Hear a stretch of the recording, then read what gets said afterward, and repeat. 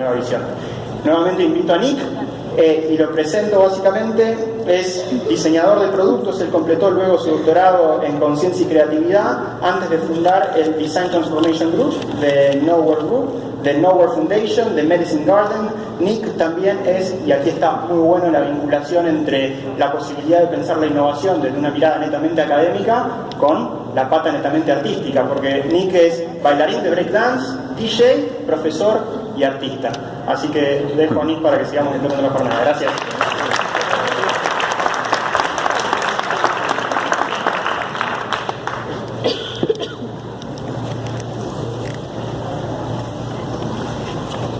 Okay, can everyone hear me okay? Deep apologies, I can't do this in Spanish. Hopefully you'll understand me well enough. Can we get the slides up?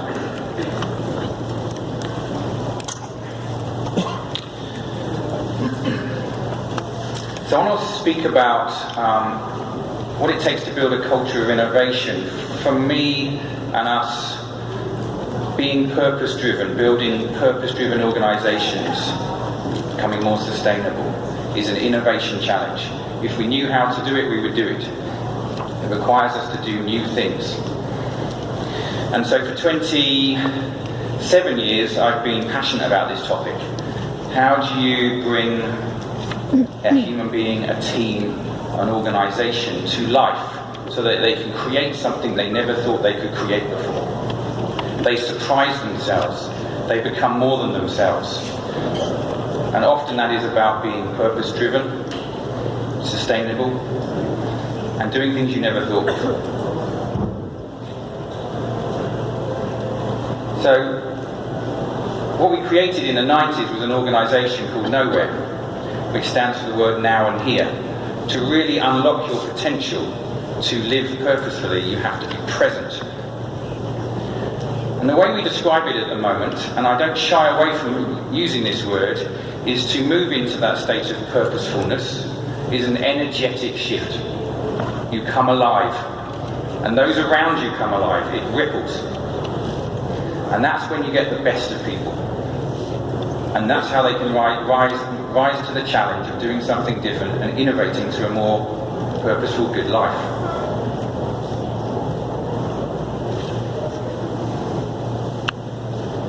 As we've been exploring this, we've been really passionate about one thing.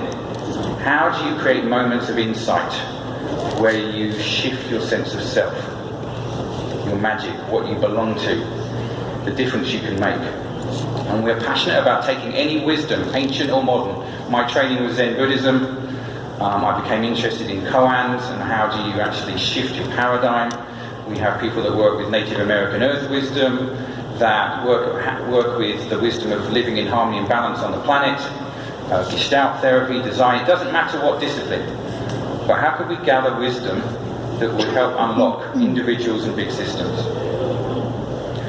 I pinch myself every day. We do this all over the world with some of the biggest companies on the planet. And most of our work is with CEOs and their executive teams about how to shift their energy so that they can shift the energy of their organisation and make it more purposeful. It seems to transcend cultures, it seems to transcend sectors or industries. And this is really interesting because every sector or industry is hitting a ceiling at the moment. The car industry is having to transform, pharmaceuticals are having to transform, oil and gas are in trouble, FMCG. Every industry is hitting a ceiling where doing more of the same isn't working. Quote from the World Economic Forum, Klaus Schwab. This is just a summary of many quotes. I'm not a fan of reading slides, so I'm not going to read the slides. You know, there's a big shift happening. It is of a scale unprecedented, at a speed that's unprecedented. And one of the things that I've had the privilege of being very connected to, as I had a role at the World Economic Forum, was understanding how massive that leap of context, the challenge that leaders face, has never been bigger, more sophisticated, more complex, more subtle, to face into this future we need to shape and make differently. And I often get phone calls from CEOs who are amazingly brilliant people saying, I just don't know what to do now. I've got the company this far, but I just don't know where to take it next or how to take it next. Because there's lots of things going on. We live in, obviously, the cliche of a volatile, uncertain, complex and ambiguous world. Technology, digital, health, information, sustainability, climate, etc., etc. The role of business on the planet, the search for meaning and purpose. This is the context in which leaders lead. And the challenges they're facing, particularly around purpose and sustainability, are complex, highly interdependent, digital, diverse. You can't solve it in silos. You have to work together in new and different ways. Moreover, people, consumers, are becoming more conscious, more aware, more connected. They're expecting more from these companies, from these brands. They're not necessarily saying they're going to pay more, they're just expecting more. And all of this requires a new level of creativity, innovation, productivity even. And here's the challenge. Trying to solve these problems with our big brains and our big egos doesn't work. I've had the privilege of working with amazing leaders who have the biggest brains on this planet, and it's no longer good enough. We now need to move from individual intelligence to collective intelligence, which is a different leadership skill. And our systems are also not yet designed to be fit for purpose. We're hitting up against this ceiling, where the challenge to move to sustainable, purposeful, good futures, good life. This is what we need. We have no choice. We've got to get there. But unfortunately, in the big systems I'm connected to, we mostly have unsustainable cultures. Doing more of the same isn't working. It isn't working for lots of reasons. Particularly because of the pace of change and the need to be more sustainable and more purposeful. Every industry, you cannot do what you did 3 years ago, 5 years ago. The pace of change is dramatic. You will be out of business within months even. So doing more of the same is not an option. It's just not enough. The problem is we can't work any harder or longer. We're already working all hours of the day. People are expected to email, phone call, 3 o'clock in the morning, different time zones. You just can't do it. So we have to learn to work differently if we're going to get over that line. If we're really going to shape a good life, which is more purposeful, more sustainable, we've got to change the way we work, organise, relate together. Because for me, purpose and sustainability, these are reasons to innovate. We won't get there unless we innovate step by step. Sustainability for me is not a purpose. It is just the challenge that we face to get there. It is a creative constraint in an innovation context. So we have to transform the what we do, we need to innovate, and we need to transform the way we innovate, the how.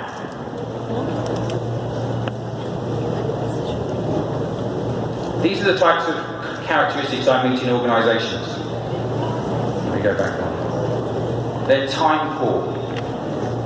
They're busy. And they're often working at one speed, which is fast, fast, fast. This is the first thing I noticed in most big systems. It's very easy in that type of time poor culture to fragment back into your silos, to collude with hierarchy, which makes it unsafe to speak up, challenge the orthodoxy. It becomes a much more stressful situation. You surrender yourself to the stress. It becomes very linear, rigid, slow. Sometimes it can become fearful, aggressive, particularly unhealthy. And all you've got to do is push, push, push. This is sad and unsustainable. This does not get us over that line. It does not help us innovate and transform. We need to change the frequency in which we operate. And I'm going to go into what that means in a minute.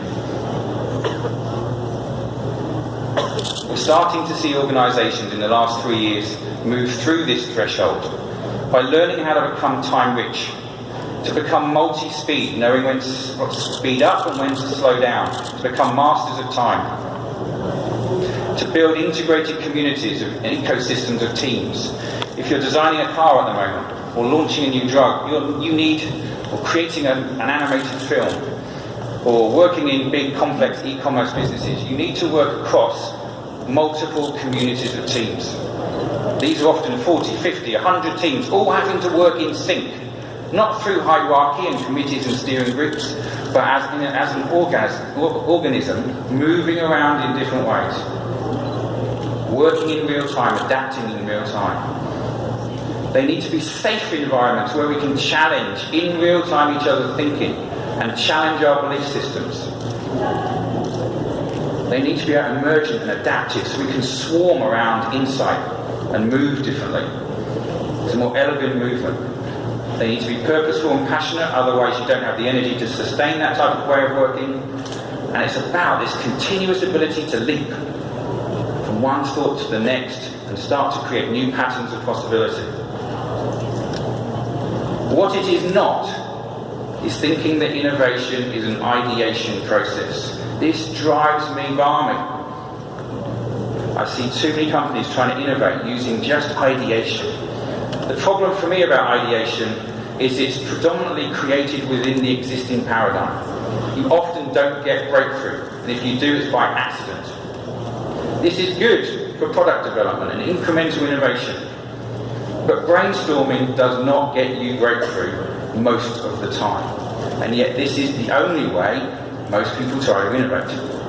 You are generating ideas, you are selecting ideas, and you're implementing ideas within the existing paradigm. We could have a fantastic time brainstorming, get really excited, really buzzed by it, wake up the next day and go, not really, not sure.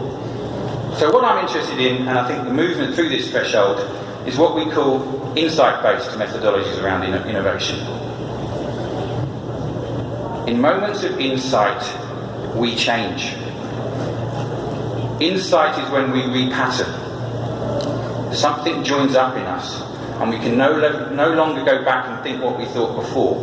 We have evolved and moved on. It's an aha moment. We create something other than ourselves in this moment, an idea, a breakthrough thought, a pattern, a business model, a concept. But in that moment we have shifted.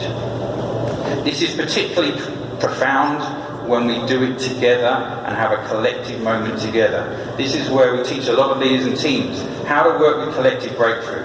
Because in the moment when you have the same experience of an insight popping, that becomes seared into memory, and you'll never forget it, and it will resource you going forward. We now have the human technology to work with collective intelligence methodologies, where you're working with pattern and a wider collective knowledge. There's a lot of research being done now on how you can design by intent flow states, collective flow states. So we can move beyond high performance to peak performance. And in peak performance, we're always reinventing our sense of self. We're moving to another level. For me, insight, collective intelligence, flow states, these are the ways we need to build, these are things we need to build into everyday work. Every time we meet. It's more elegant, it's more purposeful. It enlivens us, rather than sitting around a table listening to death by PowerPoint and probably not speaking our truth to each other. This is a movement from incremental innovation, and this is, if I get on my hobby horse around sustainability, I see too much of this going on, which is done with great intent, I'm sure. Incremental innovation, copycat, if they do it, we need to do it. Let's just turn the handle faster, particularly in FMCG. I have an espoused narrative that I put out there, but we actually don't live it culturally. Greenwashing, purpose washing, purpose is the new buzzword. But is it real purpose that enlivens us, or is it just another strapline? These are not sustainable. The challenge is how to move on to the other side and create new breakthroughs, new innovations that really help us leap to a more sustainable, purposeful future. Now I want to focus on what this means for leaders. Leaders have been taught to stand in the middle. with their big brains and their big egos. And that could be brilliant, by the way. That doesn't have to be a negative ego, it could be brilliance. But the problem with standing in the middle is that you cast a shadow over everyone else, however brilliant you are. And some people get attracted by that phenomenon, and some people get repelled, which means you often then create dysfunction. The challenge of great leadership for me to move through this threshold to more purposeful and sustainable futures is how the leaders step out of the middle and hold a space where we can fully turn up. Our magic and our difference can be brought together in a co-creative space where we tension it and allow breakthrough to happen. This for me is the threshold of leadership, to get over that line and to build these cultures. And I'm seeing this evolve in different countries all over the world. This is the new movement for me of leading this in. How leaders open a space of possibility that is more purposeful. They invite people in their diversity, their brilliance, their magic. Tension that difference. Put it into creative relationship to allow new things to pop that really take us somewhere new and different. Whether that's a breakthrough strategy, a breakthrough innovation, a new business model, all of these things need to happen to get us on the other side of that line. Once we can do that, we can then start to tune teams. You only get over that line and deliver that innovation through teamwork, and often communities of teams. And yet for some reason at the top of organisations, we see these amazing teams get together of brilliantly bright people, but somehow they are less than the sum of the parts. They should perform at a much higher order than they do. And so what the challenge of leadership is today is to bring these differences into relationship and create that multiplier effect, to teach teams to really do breakthrough work. Because we haven't been taught to do breakthrough work, we've been taught to do more of the same, but a little bit better. How do you really ride that emotional roller coaster of working with the known, disappearing into the unknown, and staying with the tension of not knowing to allow something new and more purposeful to pop? And we are starting to see this being built in organisations around the world where they've gone from silos and matrices to ecosystems of innovation. This is being scaled, this is happening now. This for me is surfing the wave of a different way of working. Why should we carry on trying to get over that line just by pushing harder? It's inelegant. It doesn't work. Push, push, push over this line just creates resistance. It creates time poor organisations that confuse busyness with productivity. And it's often top down. We measure everything. The challenge is to move into a different movement in organisational work, where we understand that you need to break through and recover. This is what peak performance is about. It's about working with time and not being a victim of time.